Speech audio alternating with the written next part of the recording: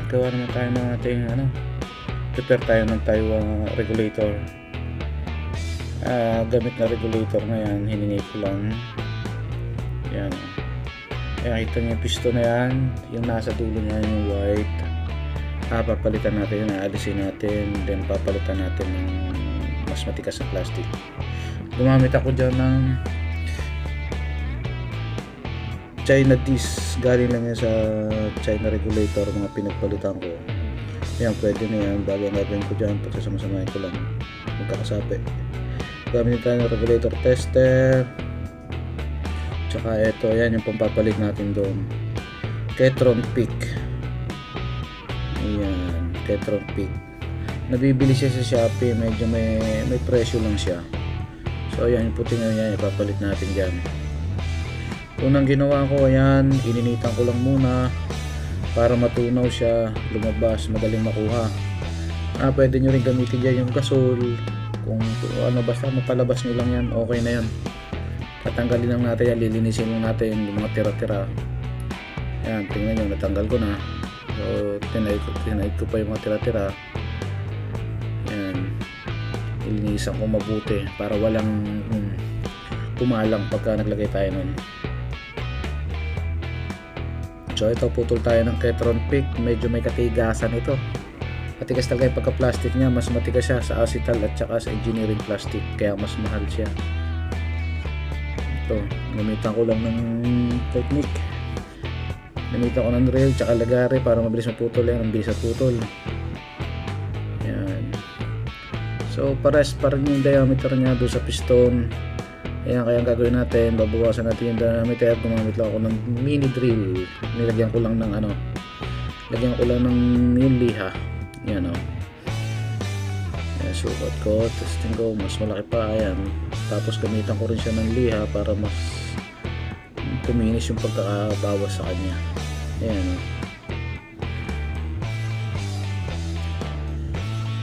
Ang niya, pagka medyo yung parang sikip na parang papasok, yun ang importante dyan. Ayan, ayos na, kailangan ko lang putulin para mas mabilis yan ipasok at ma-force fit.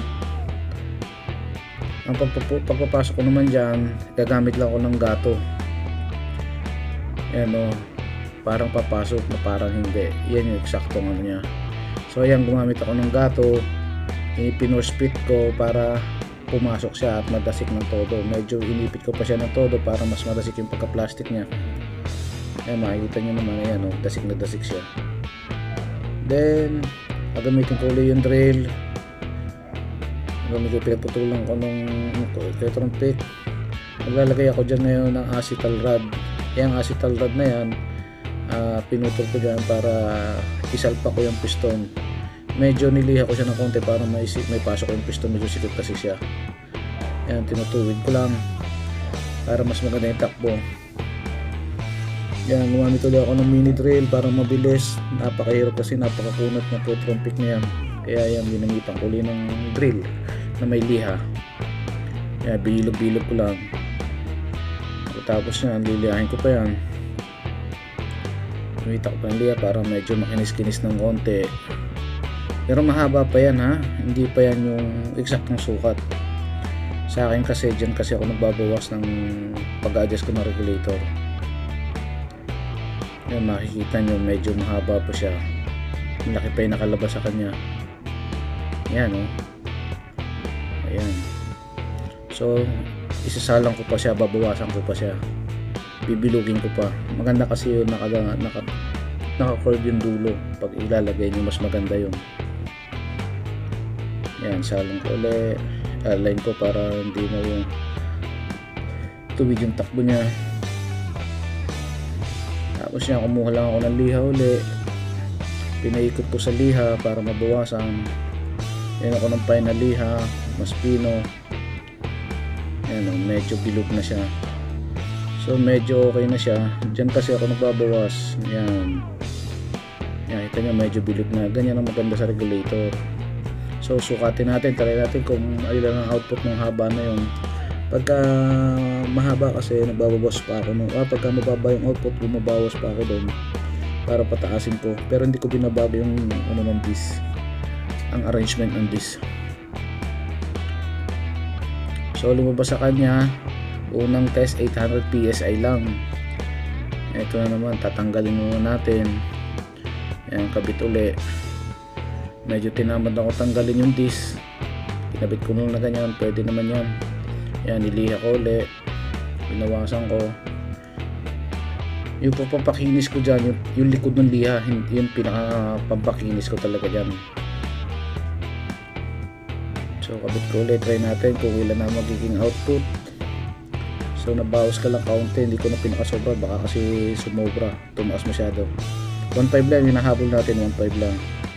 Second test, yan, 900 PSI lang yung bali naging total 900 lang, 100 lang nadagdag doon sa binawas natin. Ang baklas uli natin ang lilihan uli, babawasan uli natin doon.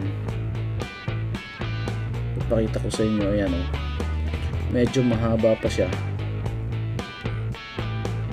Ayan, yung dulong yan, dyan na lang ako nagbabawas. Ayan, ito niya, medyo mahaba pa siya yung pinaka copper nya.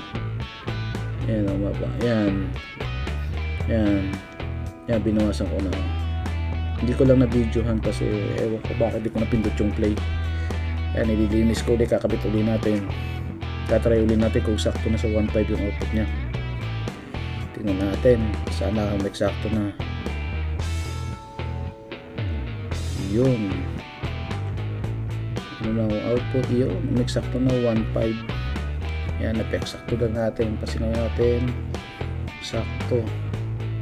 Nag-eksakto na siya.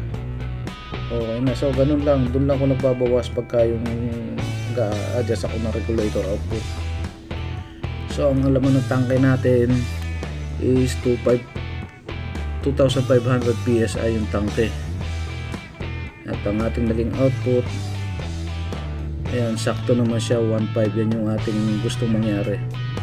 So okay na yan, goods na yan.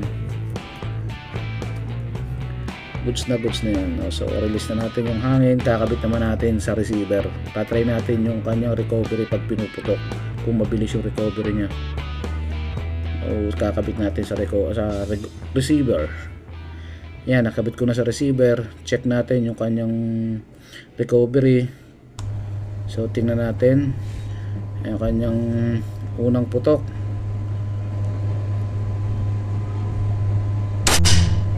Okay, kita nyo naman, mabilis yung recovery nya. Another one, putok ulit natin. Yun, kita nyo, mabilis ng recovery nya.